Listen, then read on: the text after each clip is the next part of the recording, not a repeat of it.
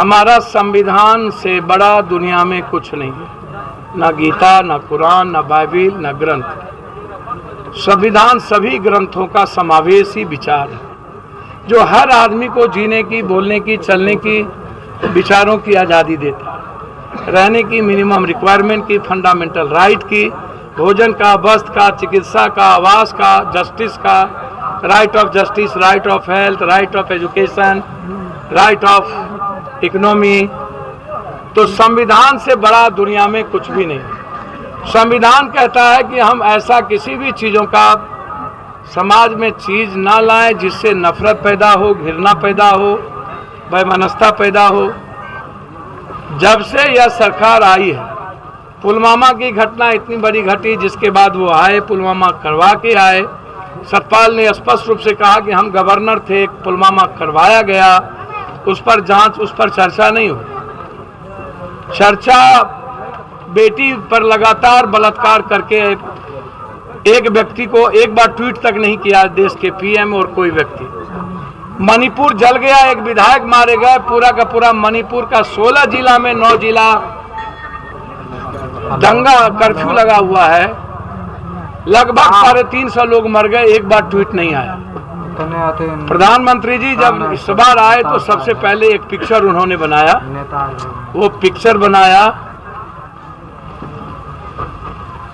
Accidental PM Manmohan Singh ji को, जिसने दुनिया को सबसे ज्यादा इकोनॉमी दिया, आर्थिक आजादी दी, जिसके चलते आज भारत जिंदा है, न कई लोग मार दिए थे, नोटबंदी और जीएसटी में ही मार दिए थे।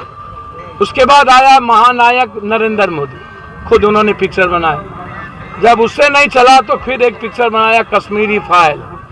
फिर जब उससे नफरत नहीं हुई तो 2024 के चुनाव के पहले कर्नाटक के चुनाव के लिए केरला स्टोरी को लाया गया, जो कंप्लीट रूप से पॉलिटिकल वेंडेटा है और किसी ने बनवाया है, दुनिया को पता है। और जो फिल्म सेंसर करके लाया जाता है, इसमें कोई फिल्म का सेंसर नहीं हो।